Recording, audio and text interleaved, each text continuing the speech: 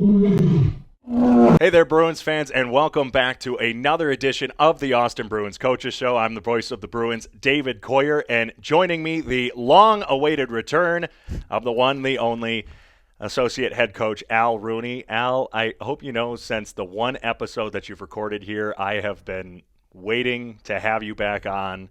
I know our fans at home, I don't think I've actually seen any comments, but I know they've probably been eagerly awaiting your return as well. Welcome back to the Austin Bruins Coaches Show.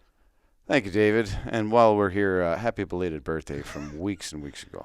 Thank you. I want to stay in good standing with Robbie. Al has a bone to pick with assistant coach Robbie Murray, who he wished me a happy birthday like 2 days after the fact, or reminded players that it was my birthday like 2 days after the fact, and that's apparently a no-no in the world of Al Rooney, which is understandable. I mean, he's a grown man getting a little excited about another grown man's birthday. I think he was just being polite, just in case the players didn't realize it had been. I don't know.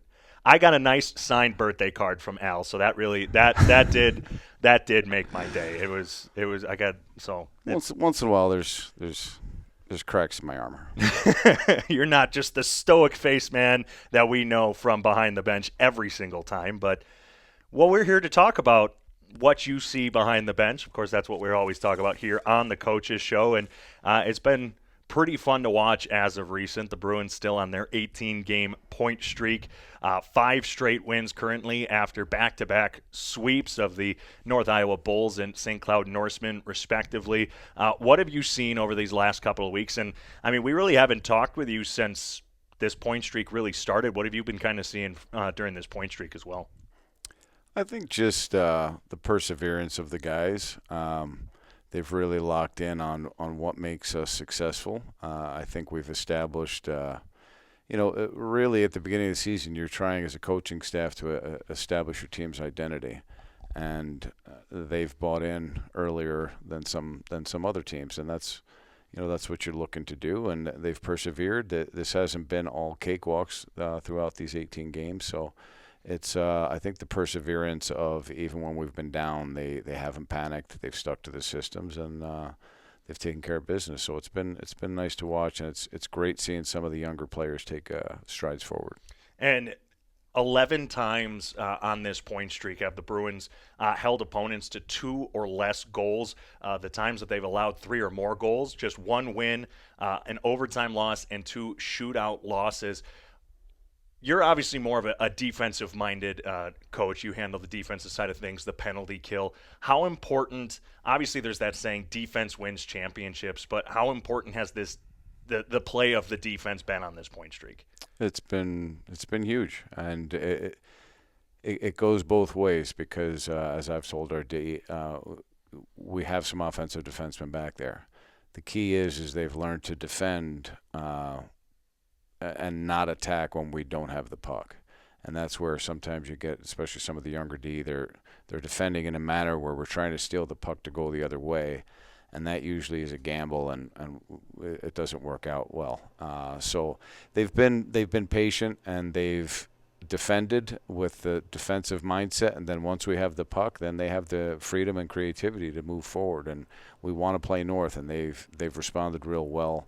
Our young guys have gained traction on our system, so it's been nice to watch. But the thing about it is when you defend well and stay organized, it's that much easier to spring the attack, and I think that's what's helped us, our offense as well.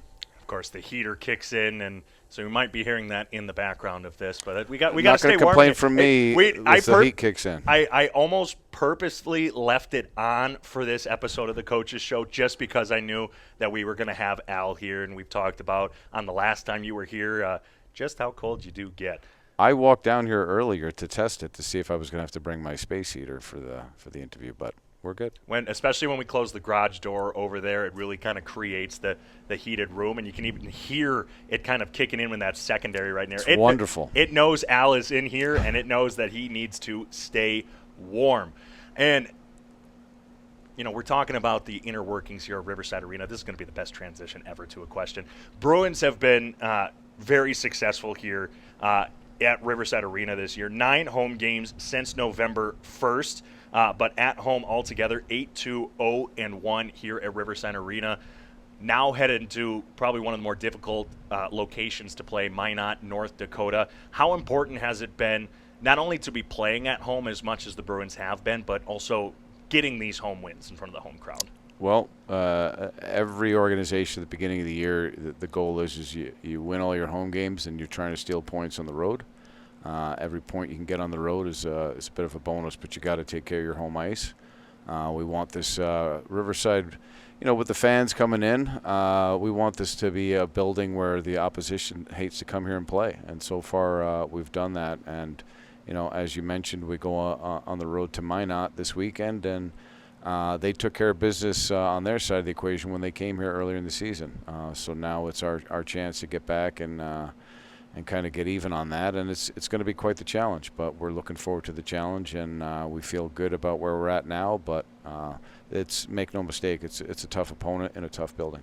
The 2 home losses, of course, that opening weekend here at Riverside Arena to the Minot Minotauros, 5-1 and 4-2 respectively on October 4th and 5th. That's the last time that the Black and Gold have seen the Minotauros, and the Bruins are a different team. I mean, straight up since the last time that they faced off against Minot. And frankly, Minot's a different team since the last time they saw the Bruins. Minot struggled to come out of the showcase, just 1-2 coming out of the showcase. And then that sweep against the Bruins really helped them take off. What are some of the big changes that you've noticed since that opening weekend of October against Minot with the Austin team? Well, I think our veteran players have slotted in comfortably to the systems here, and then our young guys have really gained traction on things and are playing with a lot more confidence. Just to use an example, like on the back end, Albert and Lang are 2 younger defensemen that were seeing spot duty at the beginning of the year and playing a little bit wide-eyed, with their first experiences at this level. And we've been chipping away at it, giving them more minutes, and now we're pretty comfortable with them out in just about any situation. They're playing with a lot more poise. All of our young guys, they're starting to make contributions in the box score, and they're making contributions that you don't see in the box score with smart back checks, less gambling out on the ice. So our young players have adapted well. Our veterans have led the charge. And, we're producing. And let's not forget, our 2 goalies back there have taken care of business and bailed us out when we haven't been sharp. But we're facing an equally deep team. So these will be quite the games. I actually said to Steve, I'll be surprised if one of them isn't the NATV Game of the Week this weekend, because it's one of the marquee matchups. But you want to be a part of that. Oh, yeah. And I was saying the same thing in the office earlier. I know from our tech meetings here in the North American Hockey League, we talked about that NATV Game of the Night is one of those that has that high impact. And this is almost a playoff atmosphere going into Minot. The last time that the Bruins headed to Minot was actually in the playoffs last year, unsuccessful in getting a win the last time they took it to Minot. But looking at the change in the team, and you mentioned how the veterans are starting to pick things up, that the rookies, now that they've gotten a little bit more under their skates, that they're starting to pick things up. And one big addition that wasn't here the last time that the Bruins faced against Minot, Ashton Bynum, who, of course, he's been a contributing factor. I mean, you and I talked about him right after he returned to the Bruins, and I've talked with him with both Robbie Murray and Steve Howard about him. But on top of that, a few new faces, Ryder Reynolds, Carl Axelson, as you also mentioned, and now it's the second time facing Minot. What advantage does that have to not only – it's been a minute since these 2 teams have seen each other, but they have seen each other before, and you have someone like Ashton who has played them 2 years prior as well. Does that add any sort of advantage headed into Minot this weekend? It certainly doesn't give us any disadvantage. Having a player like Bynum stepping into our lineup, and as a coach who runs the D, it makes my job a lot easier. We try to put it in a situation where between Bynum and Williams and Mellgren, we're fortunate where we can always have a veteran presence out there in the back end, and that's given us a lot of flexibility as far as matching up, and especially when you go on the road when you can't get the matchups you're looking for. So Bynum, by stepping in, has done a real good job.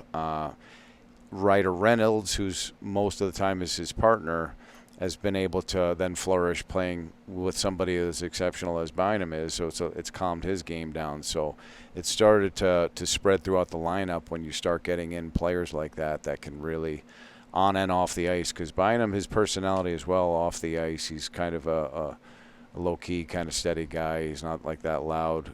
So he can kind of come in, settle things.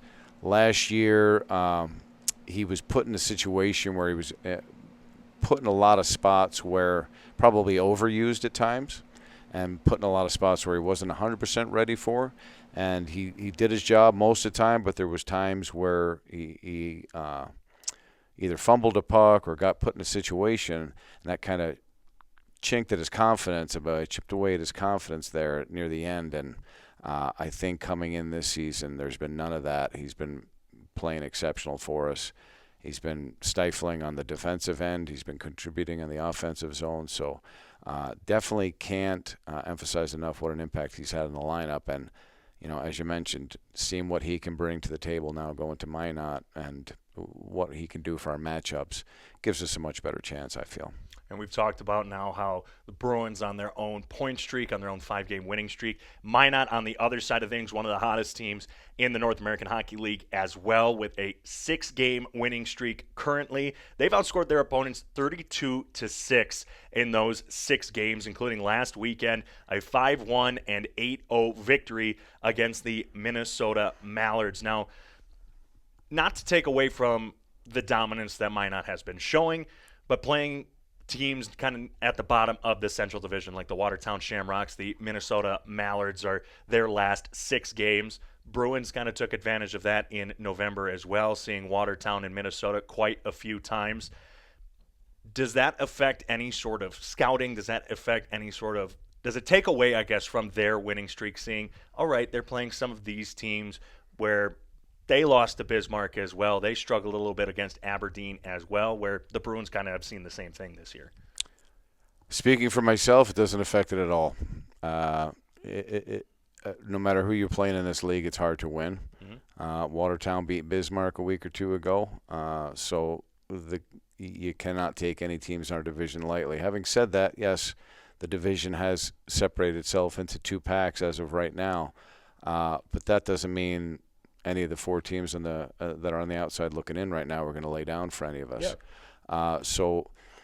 And Minot, they've always been very consistent. You outscore opponents 32-6 in 6 games. I think that's a mark of consistency. So, no, it doesn't affect it. It maybe 8-0 the third period. You're not going to glean as much from that. It'll affect it in those ways, but you got to look at it as that's a team that went on the road and took care of business, and that's a dangerous team. So we got our work cut out for us, but again, we feel like we match up well, and these are going to be some good games.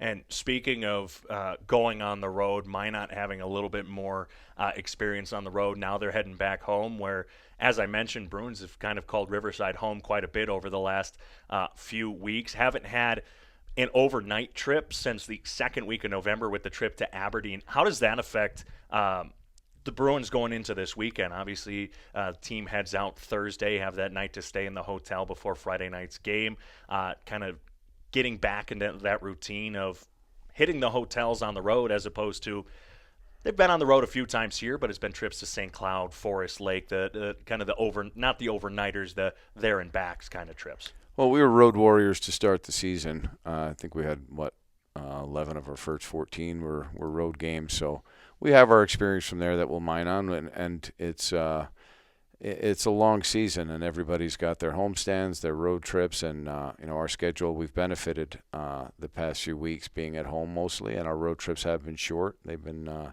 just there and backs, and it's been nice, but.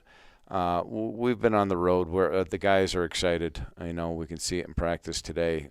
We're ready for the challenge, and I don't think it's going to affect us. We leave the day early. We have it's a well mapped out course that we've been through a bunch of times as an organization, so we shouldn't expect, knock on wood, shouldn't expect any surprises. But no, I don't think the road, I don't think it's going to affect our mindset at all. I think we're good to go. It's just going to be a matter of let's get to the game and drop the puck and see what happens. And taking a look ahead to Minot and looking at their team scouting a little bit, a player who we've mentioned a lot here for the Bruins, the forward of the month for the North American Hockey League in November, Alex Lorenza, across this 18-game point streak for the team, has also been on his own 18-game point streak. Taking a scouting look at the Minot Minotauros, they have a forward who is not on as quite of a long of a point streak, but still an impressive one nonetheless. Jesse Uhala leads the team with 38 points, but in his last 13 games, 4 goals, 19 assists, 23 points. Obviously, the Bruins are lucky enough to have a player like Alex Lorenza, who other teams have to game plan against and kind of figure out what to do with him. On the other side of things, now looking at a player like Uhala, who had a weekend here when he faced against the Bruins back in October, how do you kind of game plan for a player like him? I don't think it's so much game planning. We have to be aware of him. Sure.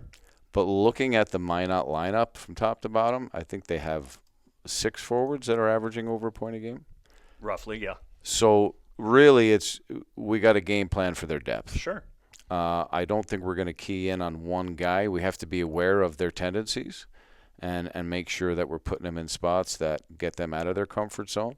So there's some game planning that way. We have to be aware of what their strengths are, what their tendencies are, what they want to do on special teams, for example.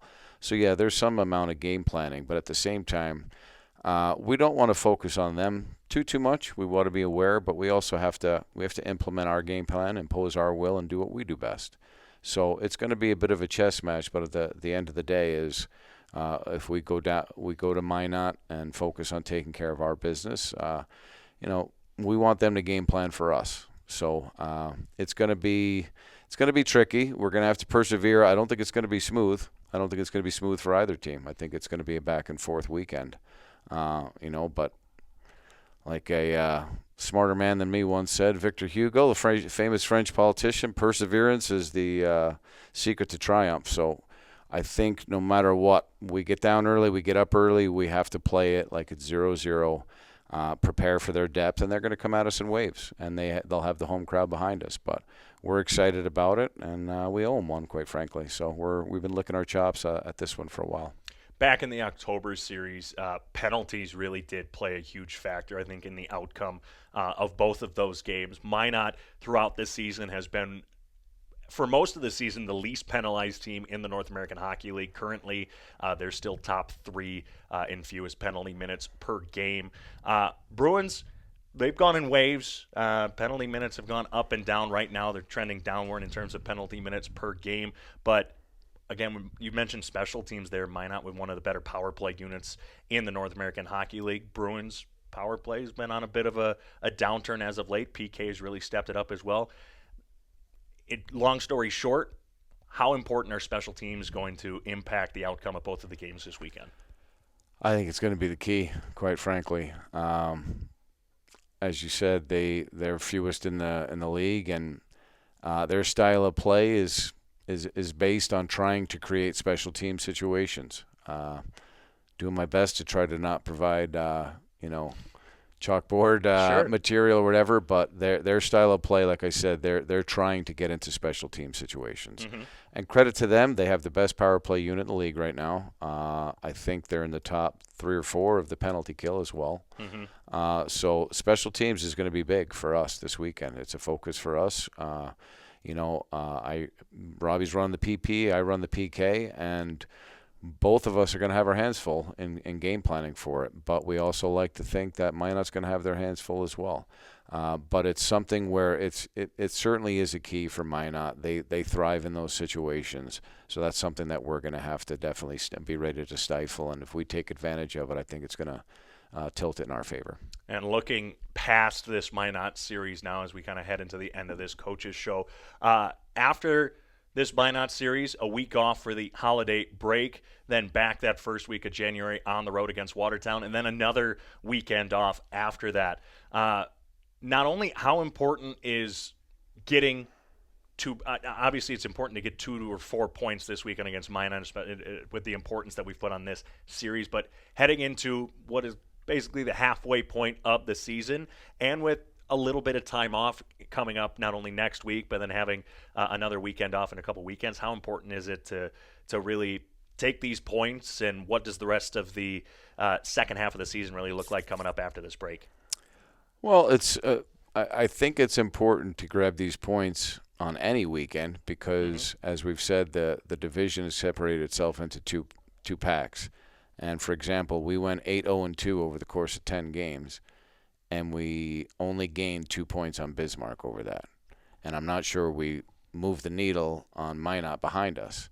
So every weekend is important for us. Having said that, going into this weekend, road weekends, if we can get 3-4 points, then excellent.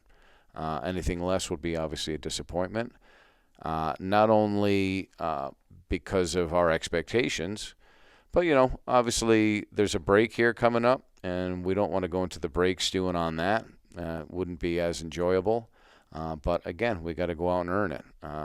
Having said that, regardless of the outcome, I think at the halfway point, we've hit a lot of our goals that we're trying to hit, or a lot of our benchmarks, I should say, not goals. So there's lots to be happy about, regardless of this weekend, but lots of work still to be done.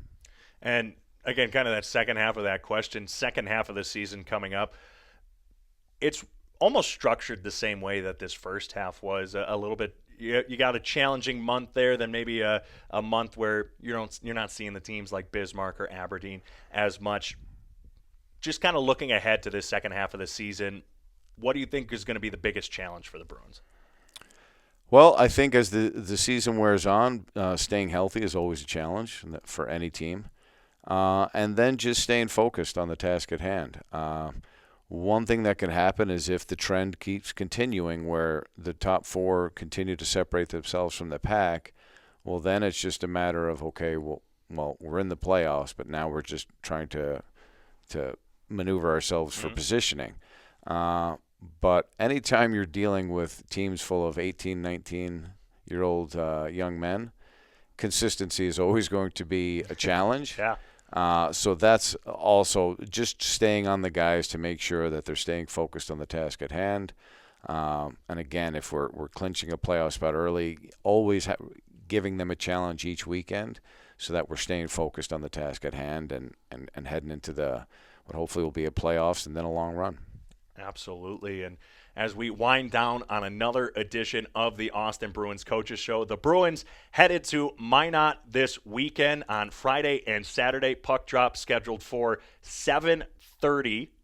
I believe 7:30. I probably should know this off the top of my head. I know it's later than what Minot? we usually. Yeah. Yeah, it's either 7:30 or 7:35 both nights. One of those. It's 7:30 or 7:35. Just a little bit of a later start time, but you can still find us over on NAHLTV.com. I'll be on the call for both games. You just select the road audio, but the Bruins with a tough matchup coming up against the Minot Minotauros before a week off for the holiday break. This will be our last edition of the Coaches Show until the new year, but you can watch all episodes of the Coaches Show at the Austin Bruins YouTube channel, Austin Bruins Hockey. So make sure you recap the rest of the season, including that previous episode we had with Mr. Rooney over here, and just hear the insights from the men who stand behind the bench. You can also see all the other content, including Goal Line to Goal Line every week over on YouTube and all the Austin Bruins social media channels. Don't miss out. Make sure you like, share, subscribe on all of those. And the next time you see Mr. Al Rooney, his birthday is coming up in 2025, so make sure you wish him a happy birthday. You just got to figure out when it is, so better to be safe than sorry. Just wish him a happy birthday every time you see him coming up. But, Coach, thanks for joining us on this edition of the Coaches Show. Thanks, big fella. As always, this has been Associate Head Coach Al Rooney. I've been David Coyer. You've been listening to another edition of the Austin Bruins Coaches Show right here on the Austin Bruins YouTube channel. Have a Merry Christmas, everybody, and a Happy New Year.